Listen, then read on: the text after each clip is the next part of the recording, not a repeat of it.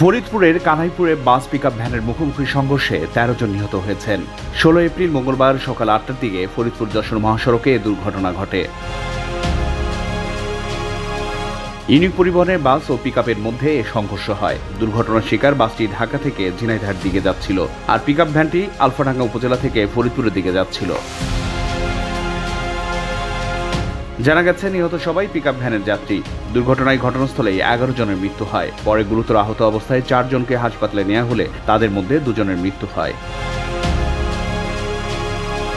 নিহতদের মধ্যে আলফাডাঙ্গার AZ pilot উচ্চ বিদ্যালয়ের শিক্ষক, ফরিদের ফ্যামিলির সদস্য, মা, বড় মেয়ে, ভাই মিলন, মিলনের স্ত্রী ও ছেলেসহ মোট ৬ জন নিহত হন।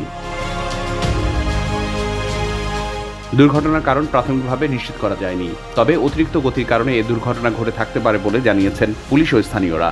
এই ঘটনায় একটি মামলা দায়ের করা হয়েছে বলেও জানিয়েছে পুলিশ। এদিকে ঘটনাস্থল পরিদর্শন করেছেন জেলা পুলিশ সদস্যরা। এ নিয়ে একটি তদন্ত কমিটিও গঠন করা হয়েছে। ইতিমধ্যে নিহতের পরিবারকে ৫ লাখ এবং আহতদের ৩ লাখ টাকা অর্থ সহযোগিতা করবার ঘোষণা দিয়েছে ফরিদপুর জেলা প্রশাসন। ভোরের পাতা, নিউজ ডেস্ক।